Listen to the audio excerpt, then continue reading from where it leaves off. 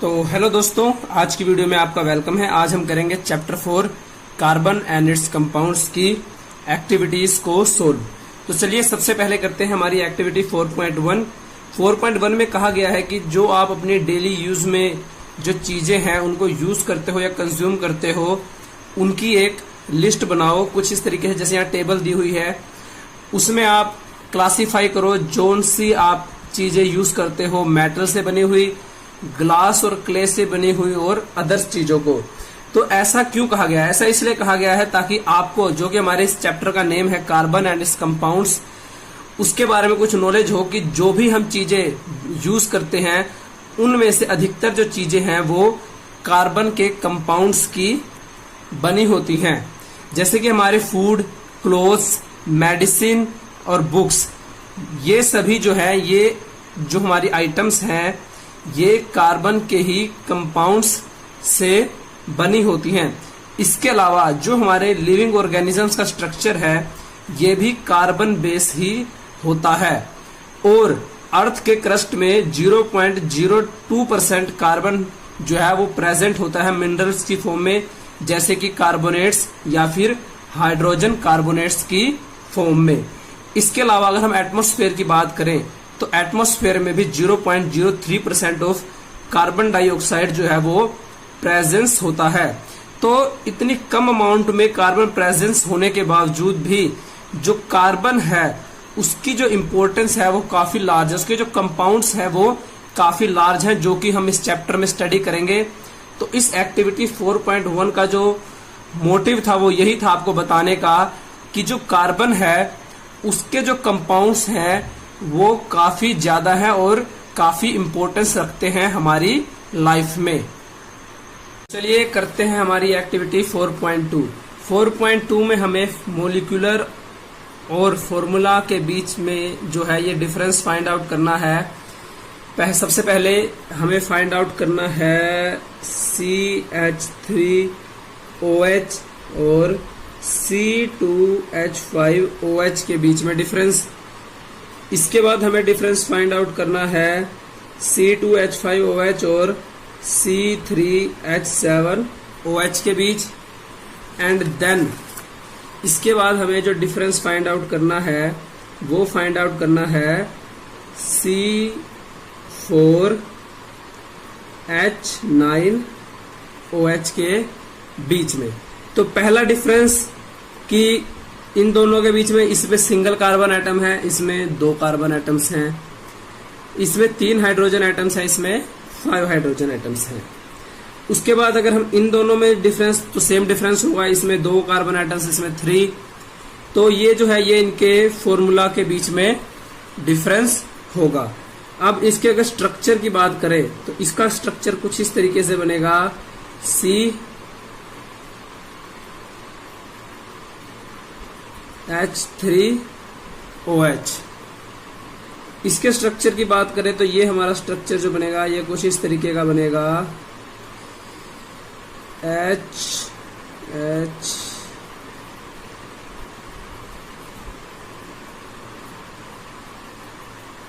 C2H5OH। अगर C3H7OH के structure की बात करें तो ये हमारा स्ट्रक्चर कुछ इस तरीके का होगा, H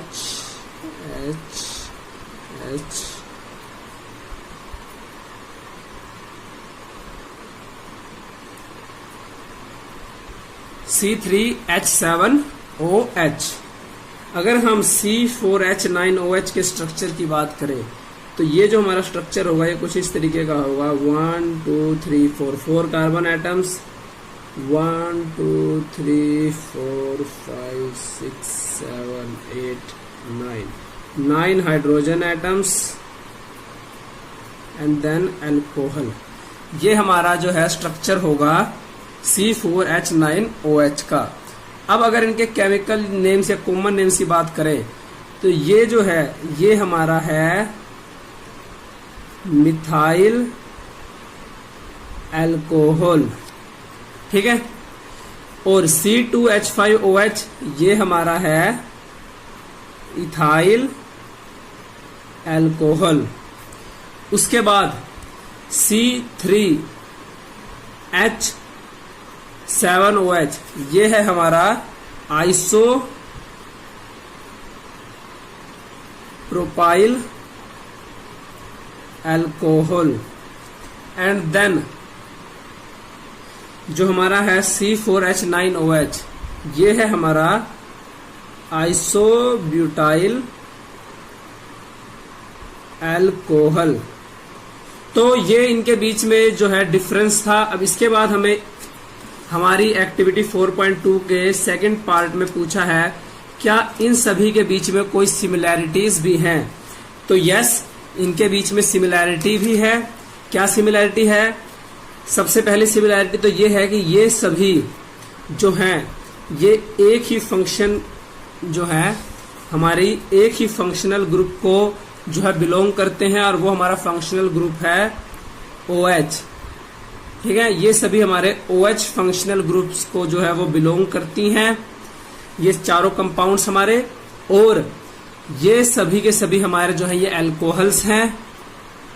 उसके अलावा ये सभी के सभी कार्बन के ही कंपाउंड्स हैं, और इसमें जो है कार्बन एटम्स जो है इंक्रीजिंग ऑर्डर में है, और हर इंक्रीजिंग ऑर्डर के साथ जो अगला कंपाउंड है उसका जो मास है, मोलिकुलर मास, वो 12 AMU से इंक्रीज हो जाता है।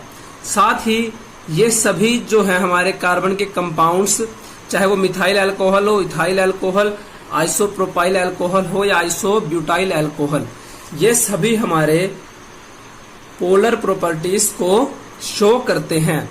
बट जैसे जैसे कार्बन एटम्स इंक्रीज होते जाएंगे तो जो मोलिक्यूल है उसमें बल्कीनेस आने की वजह से जो पोलर प्रॉपर्टी है वो धीरे धीरे कम होती जाएगी।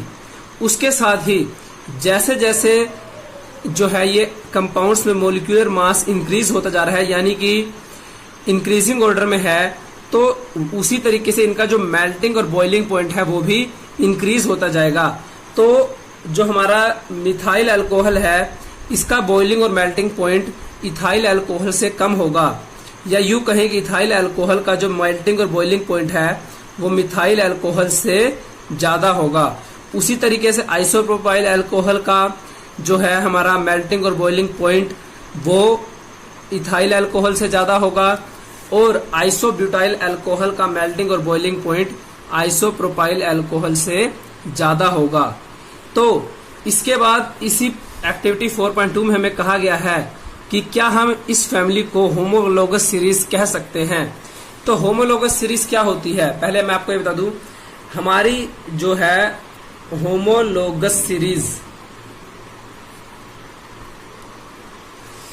ये हमारी ऐसी सीरीज होती है जिसमें जो हमें कंपाउंड्स दिए हुए हो, पहला वो सभी इंक्रीजिंग ऑर्डर में हो, सेम फंक्शनल ग्रुप को बिलोंग करते हो, और उनकी जो प्रॉपर्टीज हैं वो एक एटम पे बेस हो। जैसे कि इस अगर हम सीरीज को देखें तो जो ये हमारी सीरीज है ये सभी इंक्रीजिंग ऑर्डर में है, सेम फंक्शनल ग्रुप को बिलोंग करती हैं, और इनकी जो केमिकल और फिजिकल प्रॉपर्टीज हैं वो कार्बन बेस है, यानी एक एटम के बेसिस पर जो है इनकी फिजिकल और केमिकल प्रॉपर्टीज हैं। तो यस, हम इस सीरीज को कह सकते हैं कि ये जो हमारी सीरीज है ये होमोलोगस सीरीज है। इसके बाद इस एक्टिविटी में कहा है कि ऐसी ही किसी और फंक्शनल ग्रुप से जो है वो होमोलोगस सीरीज को जनरेट करो। तो जिस तरीके से ये जो हमारी होमोलोगस सीरीज थी ये अल्कोहल की फैमिलीज की थी, उसी तरीके से हम जो है वो कार्बोक्सिलिक एसिड यानी कि जो हमारी OOH जो है COOH कार्बोक्सिलिक एसिड्स की फैमिली को भी होमोलोगस सीरीज जो है उसकी जनरेट कर सकते हैं। जैसे कि सबसे पहली हमारी HCOOH जिसका नाम है हमारा फॉर्मिक एसिड। सेकंड हमारी होगी CH3COOH जिसका हमारा नाम होगा एसिटिक एसिड। इसके बाद C2H5COOH, इसका नाम है हमारा प्रोपायोनिक एसिड। एंड देन C3H7COOH, इसका हमारा नाम है ब्यूटायरिक एसिड। तो अब ये जो है ये हमारी कार्बोक्सिलिक एसिड की फैमिली है, जो कि हमारी होमोलोगस सीरीज भी है, जिसमें जो है इनकी जो प्रॉपर्टीज हैं ये कार्बन एटम बेस हैं और ये सभी एक ही फंक्शनल ग्रुप को जो है वो बिलोंग करती हैं और इसकी फिजिकल और केमिकल प्रॉपर्टीज जो हैं वो कार्बन बेस हैं। तो ये हमारी अनदर जो है वो फैमिली है होमोलोगस सीरीज की, जो हमारी एक्टिविटी 4.2 में हमसे पूछा गया था। तो चलिए करते हैं हमारी एक्टिविटी 4.3। तो 4.3 जो हमारी एक्टिविटी है ये कंबशन बेस है, इसमें आपको फायर का यूज करना है। तो इसे आप अपने घर पे ना कीजिए, उसके लिए आपको टीचर की असिस्टेंस या किसी बड़े की हेल्प की जरूरत होगी। तो इस एक्टिविटी में हमें कहा गया है कि कुछ कार्बन कंपाउंड्स लीजिए, जैसे कि नेफ्थलीन, कैम्फर और अल्कोहल, उन्हें बर्न कीजिए और नेचर का जो फ्लेम है, फ्लेम का नेचर है, उसको ऑब्जर्व करो और नोट करो। तो जब हम नेफ्थलीन, कैम्फर और अल्कोहल को बर्न करेंगे, कुछ इस तरीके से मान लीजिए हमने एक स्पैट्यूला लिया और बर्नर पे हम इसको जब बर्न करेंगे तो सबसे पहले अगर हम अल्कोहल्स को बर्न करेंगे, जो हमारी अल्कोहल्स हैं इनको बर्न करेंगे तो ब्लू कलर की जो है वो फ्लेम प्रोड्यूस होगी। उसके दूसरी तरफ अगर हम कैम्फर या फिर नेफ्थलीन को बर्न करेंगे तो जो फ्लेम है वो येलो कलर की प्रोड्यूस होगी, राइट। इसके बाद इसी एक्टिविटी में हमें कहा गया है कि अगर आप इस फ्लेम के ऊपर एक मेटल प्लेट को रखो, इस फ्लेम के ऊपर एक मेटल प्लेट को रखो, तो क्या उस प्लेट पे आपको कुछ डिकम्पोजिशन जो है वो मिलता है? तो इसका आंसर होगा यस। अगर आप अल्कोहल्स के केसेस की बात करें तो अल्कोहल के केस में कोई भी डिकम्पोजिशन जो है वो नहीं होगा। अल्कोहल्स जो है ये हमारी कंप्लीटली जो है ये बर्न हो जाती हैं, इसीलिए जो है ये ब्लू फ्लेम प्रोड्यूस करती हैं, क्योंकि ये पूरी तरीके से बर्न हो जाती है। कोई भी रेजिडुअल, कोई भी जो है कंपोज्ड एलिमेंट प्रोड्यूस नहीं करती। दूसरी तरफ जो कैम्फर और नेफ्थलीन है ये कंप्लीटली बर्न नहीं होते, ये इस प्लेट के ऊपर जो है ब्लैक कलर का एक एलिमेंट जो है वो डिकम्पोज कर देते हैं, जो कि हमारा एलिमेंट होता है कार्बन। क्योंकि ये सभी हमारे कार्बनिक कंपाउंड्स हैं, तो ये जो है ये कार्बन को ब्लैक कार्बन को जो है इस प्लेट के ऊपर जो है वो डिकम्पोज कर देंगी। तो ये जो है हमारे कैम्फर और नेफ्थलीन ये जो है ये कंप्लीटली बर्न नहीं होते। तो ये हमारी एक्टिविटी 4.3 थी, जिसमें हमें कार्बन कंपाउंड्स के कंबशन को स्टडी करना था। तो इससे आपको पता लगा कि अल्कोहल्स हमारे कंप्लीटली बर्न होते हैं, जबकि कैम्फर और नेफ्थलीन हमारे कंप्लीटली बर्न नहीं होते। साथ ही ये भी पता लगा कि जो हमारे कंपाउंड्स कंप्लीटली बर्न होते हैं वो ब्लू कलर की फ्लेम प्रोड्यूस करते हैं, और जो हमारे कंपाउंड्स कंप्लीटली बर्न नहीं होते वो येलो या ऑरेंज कलर की जो है वो फ्लेम प्रोड्यूस करते हैं। चलिए अब करते हैं हमारी एक्टिविटी 4.4। 4.4 में हमें कहा गया है कि बर्नर को जो है वो लाइट करो और उसमें जो एयर होल होता है उसको एडजस्ट करके डिफरेंट टाइप ऑफ फ्लेम जो है वो प्रोड्यूस करो, और नोट करो कि कब आपको येलो सूटी फ्लेम प्रोड्यूस मिलती है और कब आपको ब्लू कलर की जो है वो फ्लेम प्रोड्यूस होती है। तो मान लीजिए जैसे ये हमारा एक जो है बर्नर है राइट।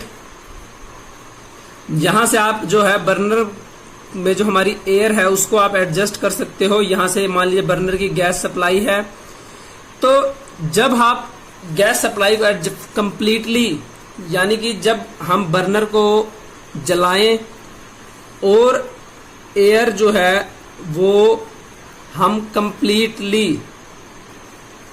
बर्नर के एंड तक या फ्लेम तक पहुंचने दें, तो जो हमारी फ्लेम है ये हमारी ब्लू कलर की प्रोड्यूस होगी। बट अगर हम इसको इस तरीके से एडजस्ट करें कि जो हमारी एयर है ये सफिशिएंट अमाउंट में बर्नर तक ना पहुंचे, या फ्लेम को जलने के लिए या कंप्लीटली बर्न होने के लिए जितनी ऑक्सीजन की, जितनी एयर की जो रिक्वायरमेंट है वो ना मिले, तो जो हमारी फ्लेम है वो येलो या ऑरेंज कलर की जो है वो प्रोड्यूस होगी। तो इस एक्टिविटी से हमें क्या पता लगा? इस एक्टिविटी से हमें पता लगा कि जो हमारे एलिमेंट्स है या हमारे कंपाउंड्स है उनको कंप्लीटली जो है बर्न होने के लिए जो है वो एयर की यानी कि ऑक्सीजन की रिक्वायरमेंट होती है। अगर ऑक्सीजन की सफिशिएंट अमाउंट में जो जितनी रिक्वायरमेंट है वो इनको मिलती है, तो जो फ्लेम है वो ब्लू कलर की फ्लेम प्रोड्यूस होगी। और मैंने आपको पिछली एक्टिविटी में बताया था कि अगर ब्लू कलर की जो फ्लेम है वो प्रोड्यूस होती है, इसका मतलब कि है जो कंबशन है वो कंप्लीट कंबशन हो रहा है। बट इन केस जो है सफिशिएंट अमाउंट ऑफ ऑक्सीजन जो है हमारे कंपाउंड्स को नहीं मिलती, तो येलो और ऑरेंज कलर की जो है वो फ्लेम प्रोड्यूस होगी। और पिछली एक्टिविटी में बताया था कि अगर येलो और ऑरेंज कलर की फ्लेम प्रोड्यूस हो रही है इन केस या किसी कारणवश, तो जो हमारी कंबशन है वो हमारा कंप्लीट कंबशन नहीं हो रहा। दोस्तों यहाँ हमें एक्टिविटी 4.5 में कहा गया है कि अबाउट 3 ml इथेनॉल लेना है हमने। जैसे मान लीजिए ये हमारी एक टेस्ट ट्यूब है, इसमें हमें अराउंड 3 ml इथेनॉल जो है वो लेना है, और इस सॉल्यूशन में 5% जो है पोटेशियम परमैंगनेट का सॉल्यूशन डालना है ड्रॉप बाय ड्रॉप। तो जो हमारा पोटेशियम परमैंगनेट यानी कि KMnO का जो सॉल्यूशन है KMnO4 का, ये हमारा सॉल्यूशन होता है रेड कलर का, और साथ ही जो हमारा पोटेशियम परमैंगनेट है ये हमारा ऑक्सीडाइजिंग एजेंट भी होता है। तो ऑक्सीडाइजिंग एजेंट होने का मतलब है कि जब हमारा पोटेशियम परमैंगनेट अल्कोहल्स के साथ रिएक्ट करता है तो ये उन्हें क्या करता है, ऑक्सीडाइज कर देता है, राइट। तो इस रिएक्शन में क्या होगा, क्योंकि यहां हमसे पूछा है कि क्या पोटेशियम परमैंगनेट सॉल्यूशन अपने कलर को परसिस्ट करेगा इनिशियली, तो जब हम इसमें drop by drop potassium permanganate डालेंगे तो पोटेशियम परमैंगनेट जो हमारा इथेनॉल है, जो कि एक अल्कोहल होता है, इथेनॉल जो कि हमारा इस टेस्ट ट्यूब में है, उसके साथ रिएक्ट करेगा, उसको ऑक्सीडाइज कर देगा, और जो हमारी इथेनॉल है ये हमारी ऑक्सीडाइज हो जाएगी और कन्वर्ट हो जाएगी एसिड्स में, या दूसरे शब्दों में कहें तो ये हमारी कार्बोजाइलिक एसिड में कन्वर्ट हो जाएगी। और जो हमारा पोटेशियम परमैंगनेट है ये हमारा रिड्यूस होकर बन जाएगा manganese oxide, manganese dioxide, manganese dioxide. तो अब क्या होगा, जब हमारे पास पोटेशियम परमैंगनेट ही नहीं बचा, तो जो हमारा ये सॉल्यूशन है पोटेशियम परमैंगनेट का, ये रेड कलर को परसिस्ट नहीं कर पाएगा, और इसका जो रेड कलर है वो डिसअपीयर हो जाएगा, या फिर ये कहे कि इनिशियली स्टार्टिंग स्टेज में जो हमारे पोटेशियम परमैंगनेट का रेड कलर है वो डिसअपीयर हो जाएगा। जो हमारा सॉल्यूशन है ये कलरलेस सॉल्यूशन बन जाएगा। बट इसी के बाद इसी एक्टिविटी में हमें कहा है कि अगर हम इसी पोटेशियम परमैंगनेट की एक्सेस अमाउंट को डालें तो क्या होगा? तो जैसा मैंने आपको बताया कि हमारा जो टेस्ट ट्यूब है इसमें इथेनॉल है, तो जैसे जैसे पोटेशियम परमैंगनेट हम डालते जाएंगे तो पोटेशियम परमैंगनेट जो है वो इथेनॉल के साथ रिएक्ट करेगा, उसको ऑक्सीडाइज करेगा और एसिड में कन्वर्ट कर देगा। बट एक स्टेट ऐसी आएगी कि इस टेस्ट ट्यूब में से जो है हमारी इथेनॉल जो है वो कंप्लीटली जो है वो एंड हो जाएगी, खत्म हो जाएगी। तो इस स्टेट में क्या होगा?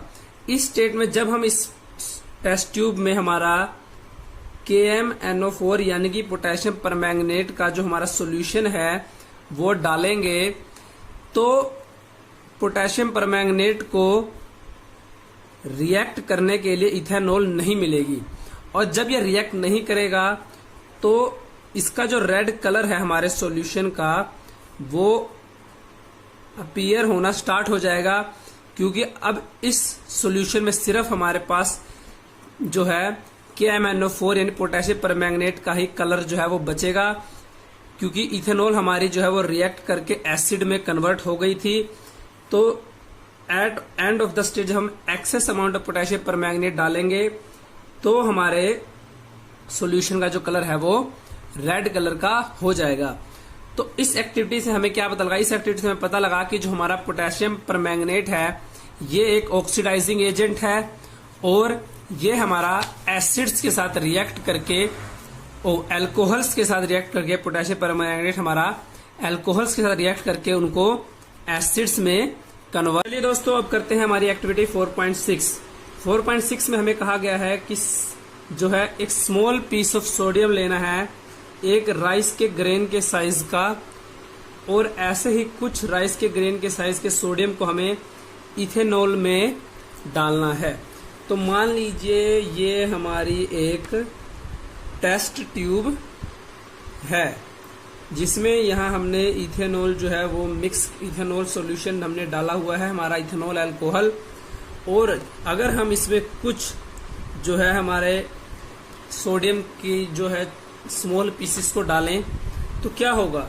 तो जो हमारा सोडियम है, हमने पहले भी किया था कि ये हमारा सोडियम काफी जो है रिएक्टिव मेटल होता है।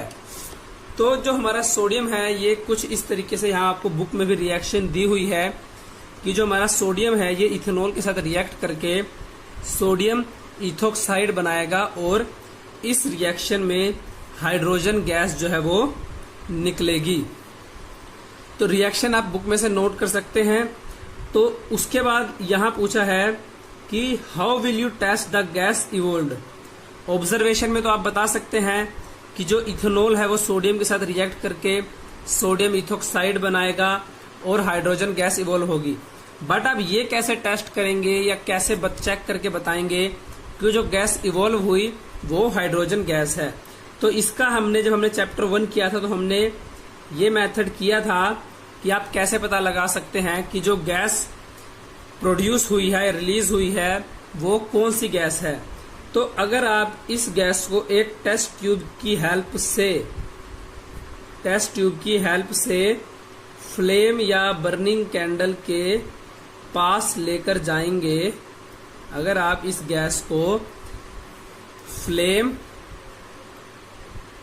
या फिर बर्निंग कैंडल के पास लेके जाएंगे तो जो हमारी गैस है ये पॉप साउंड के साथ बर्न होना स्टार्ट हो जाएगी, जलना स्टार्ट हो जाएगी, जो कि हमारा इंडिकेट करेगा कि जो गैस इवॉल्व हुई या रिलीज हुई है इन दिस रिएक्शन वो हमारी हाइड्रोजन गैस। तो चलिए अब करते हैं हमारी एक्टिविटी 4.7।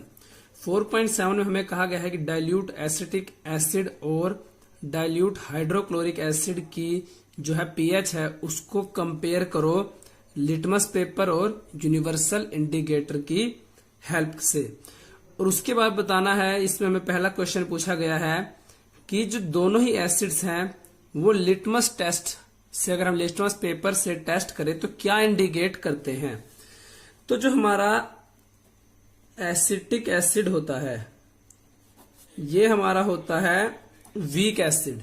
क्यों? क्योंकि जो इसकी पीएच है वो रेंज करती है 2 से 4 के बीच में।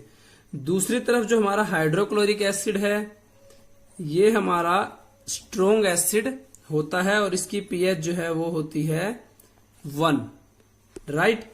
तो जब हम लिटमस पेपर से टेस्ट करेंगे तो लिटमस पेपर हमारा जो है वो HCl के केस में शो करेगा रेड कलर, जबकि एसिटिक एसिड के केस में ये शो करेगा रेड येलो कलर। यानी कि ये कंप्लीटली रेड कलर नहीं शो करेगा, कुछ येलोइश या ऑरेंज जो है उस तरीके का मिक्स कलर शो करेगा, जिससे हमें पता लगेगा कि जो हमारा HCl है ये हमारा स्ट्रोंग एसिड है और एसिटिक एसिड जो है ये हमारा वीक एसिड है। उसके बाद इसी एक्टिविटी में आगे पूछा है कि does the universal indicator show them as equally strong acid. अब लिटमस पेपर ने तो इनको इक्वली स्ट्रोंग नहीं शो किया, तो क्या यूनिवर्सल इंडिकेटर इनको इक्वली स्ट्रोंग एसिड शो करेगा? नहीं, क्योंकि जो हमारा यूनिवर्सल इंडिकेटर होता है तो यूनिवर्सल इंडिकेटर हमारा कई पीएच इंडिकेटर्स का एक मिक्सचर होता है और जो हमारा यूनिवर्सल इंडिकेटर है ये शार्प कलर शो करता है। यानी कि ये लिटमस पेपर से भी ज्यादा शार्पली और एक्यूरेट जो है वो रिजल्ट शो करता है एसिड और बेसिस के केसेस में। तो जब हम यूनिवर्सल इंडिकेटर का यूज करेंगे तो जो हमारा HCl है ये हमारा शार्प रेड कलर जो है वो शो करेगा, जबकि जो हमारा एसिटिक एसिड जो है ये येलो कलर शो करेगा, जिससे हमें पता लगेगा यूनिवर्सल इंडिकेटर के केस में भी जो हमारा HCl है ये हमारा स्ट्रोंग एसिड है और हमारा जो एसिटिक एसिड है ये हमारा वीक एसिड है। चलिए करते हैं एक्टिविटी 4.8। 4.8 एक्टिविटी में हमें कहा गया कि 1 ml ethanol, 1 ml glacial acetic acid और कुछ ड्रॉप्स लेनी है कॉन्सनट्रेटेड सल्फ्यूरिक एसिड की एक टेस्ट ट्यूब में, जैसे यहाँ फिगर में दिखाया हुआ है, और उसको एक बीकर में जिसमें हमारा वार्म वाटर है उसमें रखना है कुछ देर के लिए, और जो इस मिक्सचर से जो स्मेल प्रोड्यूस होगी उसको चेक करना है और बताना है किस तरीके की जो गैस है वो इवॉल्व होती है। तो कुछ इस तरीके की रिएक्शन जैसे आपको यहाँ नीचे दिया हुआ है कि जब एसिड और अल्कोहल्स आपस में रिएक्ट करते हैं तो ईस्टर्स फॉर्म होते हैं। तो इस रिएक्शन में भी जब हम इथेनॉल को एसिटिक एसिड और कॉन्सनट्रेटेड सल्फ्यूरिक एसिड के साथ रिएक्ट कराएंगे तो जो हमारे ईस्टर्स हैं वो प्रोड्यूस होंगे और इस रिएक्शन को हम कहेंगे ईस्टरिफिकेशन रिएक्शन। ये हमारा ईस्टर का केमिकल फॉर्मूला होता है, मैंने हाईलाइट किया है। और हमारे ईस्टर्स होते क्या हैं? तो ईस्टर्स जो है ये हमारे स्वीट स्मेलिंग सब्सटेंस होते हैं, यानी इनकी स्मेल जो है वो काफी अच्छी होती है, इसीलिए जो इनका यूज किया जाता है वो परफ्यूम बनाने में और फ्लेवरिंग एजेंट्स की जो बनाने का प्रोसेस है उसमें हम ईस्टर्स का यूज करते हैं। 4.9 में आपको कहा गया है कि अपरेटस को सेट करिए और एक स्पैटुला में सोडियम कार्बोनेट लीजिए, उसे एक टेस्ट ट्यूब में डालिए और उसमें around 2 ml of dilute ethanoic acid डालिए। यानी कि बेसिकली आपको इथेनोइक एसिड और सोडियम कार्बोनेट के बीच में रिएक्शन करवानी है और अपनी ऑब्जर्वेशन को नोट करना है।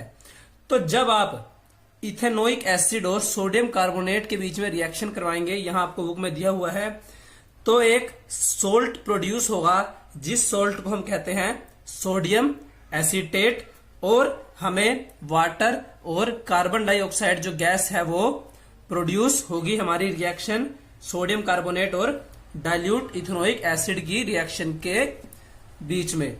उसके बाद इन्होंने कहा है कि जो गैस प्रोड्यूस हुई है उसको फ्रेशली प्रिपेयर्ड लाइम वाटर से पास करो, तो आप क्या ऑब्जर्व करेंगे?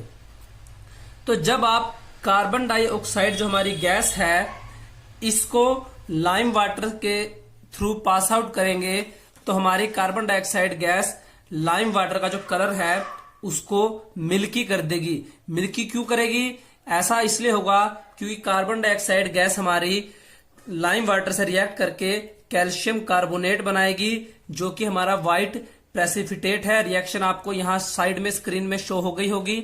और जो हमारा व्हाइट प्रेसिपिटेट होने की वजह से जो लाइम वाटर है उसका कलर मिल्की हो जाएगा। और इसके बाद इसी एक्टिविटी में हमें आगे कहा गया है कि can the reaction gas produced by the reaction between ethanoic acid and sodium carbonate be identified by this test. यानी कि जो हमने लाइम वाटर के साथ टेस्ट किया उससे क्या आप गैस को आइडेंटिफाई कर सकते हैं? तो इसका आंसर होगा यस, क्योंकि हमें पता है कि केवल कार्बन डाइऑक्साइड गैस हमारी ऐसी गैस है जिसे अगर हम लाइम वाटर से पास आउट करें तो ये लाइम वाटर का कलर जो है वो मिल्की कर देती है। तो इसका आंसर होगा यस, हम गैस को आइडेंटिफाई कर सकते हैं। उसके बाद इन्होंने कहा है repeat this activity with sodium hydrogen carbonate instead of sodium carbonate. तो अगर हम इस एक्टिविटी को सोडियम हाइड्रोजन कार्बोनेट की जगह सोडियम कार्बोनेट के साथ जो है वो करें तो क्या होगा? तो सोडियम जो हमारा हाइड्रोजन कार्बोनेट है, सोडियम हाइड्रोजन कार्बोनेट, ये हमारा इथेनॉल के साथ रिएक्ट करेगा तो प्रोडक्ट्स जो है वो हमारे सेम बनेंगे जैसे हमारे ऊपरी वाली रिएक्शंस में बने थे, यानी कि सोडियम एसीटेट, वाटर और कार्बन डाइऑक्साइड गैस। तो हम कह सकते हैं कि इथेनॉल की रिएक्शन अगर हम कार्बोनेट्स के साथ कराएं या हाइड्रोजन कार्बोनेट्स के साथ कराएं तो उस रिएक्शन से हमें सोल्ट, वाटर और कार्बन डाइऑक्साइड गैस जो है वो मिलती है। तो चलिए करते हैं हमारी एक्टिविटी 4.10। 4.10 में हमें कहा गया है कि आप 2 टेस्ट ट्यूब लीजिए, test tube A, test tube B.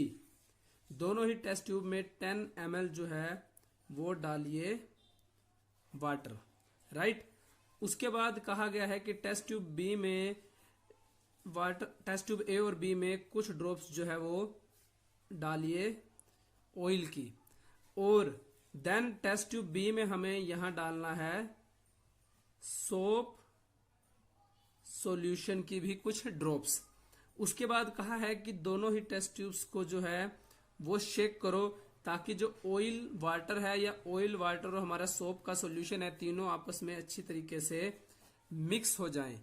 And then दो टेस्ट ट्यूब्स को आप अनडिस्टर्ब यानी बिना डिस्टर्ब किए हुए कुछ टाइम के लिए रख दीजिए और ऑब्जर्व करके बताइए कि किस टेस्ट ट्यूब में जो है वो ऑयल लेयर सेपरेट आउट हो जाती है। तो टेस्ट ट्यूब जो हमारी ए है इसमें हमारी जो है आप देखेंगे ऑयल लेयर सेपरेट आउट हो जाती है। आपको ऊपर जो है वाटर की लेयर के ऊपर ऐसे ऑयल की लेयर शो होगी और नीचे वाटर की लेयर। बट जो हमारी टेस्ट ट्यूब बी है इसमें आपको ऑयल की लेयर सेपरेट आउट नहीं शो होगी। क्योंकि ऐसा इसलिए होगा क्योंकि हमारी टेस्ट ट्यूब बी में हमने सोप सॉल्यूशन डाला था और हमारा सोप सॉल्यूशन जो है वो ऑयल मॉलिक्यूल्स से रिएक्ट करेगा कुछ इस तरीके से मिसेल्स की फॉर्मेशन के थ्रू। तो चलिए अब देखते हैं कि हमारे मिसेल्स क्या होते हैं और हमारा जो सोप है वो ऑयल या ग्रीस या डर्ट जो है वो सोप हमारा इनको कैसे क्लीन करता है। तो मान लीजिए अगर ये हमारे किसी कपड़े पे डर्ट लगा हुआ है तो जो हमारा सोप है इसके सोप मॉलिक्यूल्स के हमारे 2 एंड होते हैं। एक पॉजिटिव एंड होता है हाइड्रोफिलिक एंड और एक हमारा नेगेटिव एंड होता है हाइड्रोफोबिक एंड। अब हमें पता है जो हमारा वाटर है ये पोलर नेचर, वाटर के जो मॉलिक्यूल्स है वो पोलर नेचर के होते हैं। तो ये हमारे जो आयनिक एंड है हाइड्रोफिलिक एंड यानी जो सोडियम का पॉजिटिव एंड है हमारे सोप मॉलिक्यूल्स का, इसको सराउंड कर लेते हैं। जबकि जो हमारी टेल है यानी कि हाइड्रोफोबिक एंड जो है ये हमारा फ्रीली मूव करता है। और यही हमारा जो हाइड्रोफोबिक एंड है ये देखिए यहाँ फिगर में दिखाया हुआ है। ये हाइड्रोफोबिक एंड जो है ये ग्रीस मॉलिक्यूल्स को हमारे कपड़े से या जो भी हमारे क्लोथ्स वगैरह होते हैं उनसे डर्ट और ग्रीस को कुछ इस तरीके से जो है वे रिमूव करते हैं और इस डर्ट और ग्रीस या ऑयल पार्टिकल्स को सराउंड कर लेते हैं या कैच कर लेते हैं। और इस तरीके की जो है एक फिगर जो है हमें मिलती है। इस फिगर को हम कहते हैं माइसेल्स। और इस तरीके से जो है हमारे सोप मॉलिक्यूल्स जो है डर्ट, ऑयल और ग्रीस को हमारे कपड़ों से जो है वो रिमूव कर देते हैं और हमारे जो कपड़े हैं या हमारे जो क्लोथ्स हैं ये सब जो है ये साफ हो जाते हैं, क्लीन हो जाते हैं। तो चलिए करते हैं एक्टिविटी 4.11। 4.11 में आपको कहा गया है कि 2 टेस्ट ट्यूब्स लेनी है। एक में 10 ml डिस्टिल्ड वाटर डालना है और दूसरे में 10 ml हार्ड वाटर, जो आप किसी भी ट्यूबवेल या हैंडपंप से ले सकते हैं। दोनों ही टेस्ट ट्यूब में कुछ ड्रॉप्स डालनी है सोप सॉल्यूशन की और फिर उन्हें शेक करना है और ये बताना है कि किस टेस्ट ट्यूब में जो है वो ज्यादा फोम प्रोड्यूस हुआ या ज्यादा, जो हिंदी में बोलूं तो ज्यादा झाग जो है वो प्रोड्यूस हुई, और किस टेस्ट ट्यूब में जो है आपको व्हाइट कर्डी प्रेसिपिटेट जो है वो आपने ऑब्जर्व किया। तो जो हमारा डिस्टिल्ड वाटर की टेस्ट ट्यूब है इसमें आपको जो है वो ज्यादा फोम जो है वो प्रोड्यूस होगी, आपको ज्यादा फोम जो है आप गेट कर सकते हैं। जबकि जो हमारा हार्ड वाटर है इसमें कम फोम प्रोड्यूस होगी, आपको व्हाइट कर्डी प्रेसिपिटेट जो है वो आप ऑब्जर्व करेंगे। ऐसा क्यों? क्योंकि जो हमारा हार्ड वाटर है इसमें हाइड्रोजन कार्बोनेट्स, सल्फेट्स और क्लोराइड्स होते हैं कैल्शियम और मैग्नीशियम के, जो कि हमारे, आपको पता है हमारे सोप वाटर में सोडियम होता है। तो ये हमारे जो है हाइड्रोजन कार्बोनेट्स, सल्फेट्स, ये हमारे सोडियम को सोप वाटर से डिस्प्लेस करके अपने जो है प्रेसिपिटेट बनाते हैं, और ये प्रेसिपिटेट जो है टेस्ट ट्यूब का जो बेस है उस पे जो है वो डिपॉजिट हो जाता है एक स्कम की फॉर्म में, व्हाइट कर्डी प्रेसिपिटेट की फॉर्म में। इसीलिए आपको जिस टेस्ट ट्यूब में हार्ड वाटर है यानी कि हमारे टेस्ट ट्यूब बी, उसमें आपको कम फोम आप ऑब्जर्व करेंगे और आपको व्हाइट कर्डी प्रेसिपिटेट जो है वो आपको ऑब्जर्व करेंगे, आपको मिलेगा। चलिए अब करते हैं एक्टिविटी 4.12। 4.12 में आपको कहा गया है कि आपको 2 टेस्ट ट्यूब्स लेनी है और दोनों में ही 10 ml जो है हार्ड वाटर डालना है। अब क्या करना है, एक टेस्ट ट्यूब में तो आपको डालनी है 5 ड्रॉप ऑफ सोप सॉल्यूशन और दूसरी टेस्ट ट्यूब में आपको डालनी है 5 ड्रॉप्स ऑफ डिटर्जेंट सॉल्यूशन।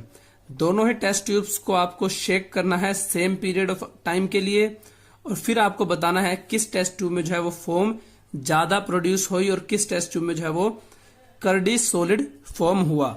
तो जो हमारे सोप्स होते हैं ये हमारे नेचुरल अकरिंग फैटी एसिड्स होते हैं, ये सोडियम सोल्ट्स होते हैं नेचुरल अकरिंग फैटी एसिड्स के, और आप इनको जो है हम इनको प्रिपेयर करते हैं नेचुरल ऑयल से। इसीलिए जो हमारे सोप हैं ये हार्ड वाटर में जो हमारा कैल्शियम और मैग्नीशियम आयंस प्रेजेंट होते हैं उनके साथ रिएक्ट करके कर्डी सॉलिड फॉर्म करते हैं।